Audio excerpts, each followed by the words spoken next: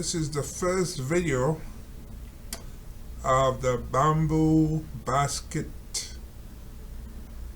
bamboo basket boat tour. It's shaped like a basket made of bamboo. It's like one of those eco tour. They use see the lady there in the front? She's using manual labor, so that's not easy. Because I'm not a light person. So it takes a lot of energy to move that boat. And there we are going under a bridge right now. I think I might have had to duck my head a bit. Look how low that bridge is. Yeah. So I think we were out there for maybe 45 minutes underwater, and at one point they do like a stunt. They spin the boat around. The guy or lady would stand up, spin the boat. I figure you can get dizzy that way. She did it with me. But I did take a video of somebody else spinning the boat that he was in.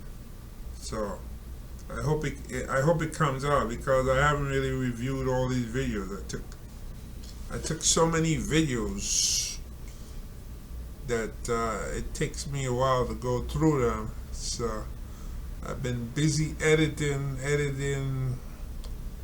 I finally finished up the first set of videos I have from Thailand. I was in Thailand for a few days. Then I went over to Hanoi, Vietnam. So I went to Hanoi, and then Hoi An. This video here is in Hoi An. And then from Hoi An, I went to Da Nang. That's where you catch the plane. For some reason, they don't do any tours in Da Nang. I don't know why. One of my Thai friends told me, if you ever live in Vietnam, live in some place like Da Nang. Da Nang has nice food and so forth. I have no idea, because this was my second time going to Da Nang. And it's always to catch a plane to leave. So I have no idea what it's like over there, what the food is like. But I'll tell you one thing. When you look at the sea, and this is like the second time I've been there in the December, and the sea, the water, the sky looks so gray. It's not the kind of place that seems welcoming for somebody who wants to live there. Very, very different from Saigon, even though Saigon has no beach or anything like that. But at least you got some sun in Saigon. But this Da Nang, when I passed through the last time, it was 2017, the water, the beach looked rough. Yeah, that's how it looks. Scary when you look at it. I remember the poem by John Masefield. I must go down to the seas again, to the lonely sea and the sky. Well, it's scary to go down to that sea, the lonely sea and the sky, because the sky is gray, and the mist and the flume that's flung upon the sea, it all looks scary in Da Nang. But maybe the people in Da Nang have beautiful hearts. Probably, I guess. And like my Thai friend said, it's they got nice food, Vietnamese Thai food. I have no idea what kind of different food. Maybe they have a localized type of food. But I guess what she was trying to say is that if you go and stay in Ho Chi Minh City which is Saigon. Don't expect to see me there. That's probably what she was trying to tell me. She probably doesn't like Ho Chi Minh City, because it's like, to cross the street is not a joke, you know. I saw a video, I think it was yesterday. There was this German young lady that said she was in, she's Vietnamese, but she'd been in Germany for a while. She'd been in Germany like 4 years, and she came back, I guess maybe visiting in Vietnam, and she's in Saigon. And the guy's asking her, "Are you ready to cross?" And she puts one foot out, and she pulls it back, you know, like somebody going in, stepping into water that's cold, and you pull your foot back. You say, "Oh my God."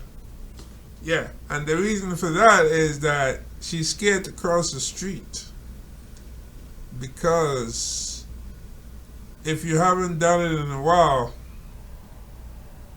it takes a while to get into it, you know, to get the nerve to walk out into the street with a whole bunch of traffic, like scooters coming your way. And while in Vietnam, I think I spent a good, maybe close to 2 weeks between, you know, Hanoi, Hoi An, Saigon, and then after the tour, I spent like 3 more days outside of the tour. I extended it, so I wanted to stay there a bit longer for personal reasons. And you see, you have to really get into it, you know, to cross the street. I remember when I was there in 2017, my friend came to meet me. She was, I don't know why, but she was across the street. She wasn't across where my restaurant is, even though she had her bike, her scooter parked there.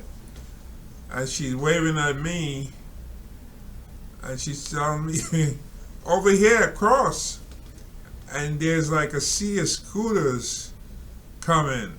And I tell her, "No way, I'm not gonna cross through there." And this is like non-stop. And she walked over, she came, she grabbed my arm, and she walked me right through those scooters. Wow. For me to do that by myself, it's like these people are gonna run me over, you know. You have to really have the nerve. When I say the nerve, I mean, you know, you have to psych yourself up and say you can do it. But this time around, I was able to walk through traffic with scooters and so forth coming. Yeah, she's telling me something, I think to move up more to the middle or something like that. Anyway, so I'll catch you on the other video, because this is going to be a series of videos, and I'm going to have to add some music.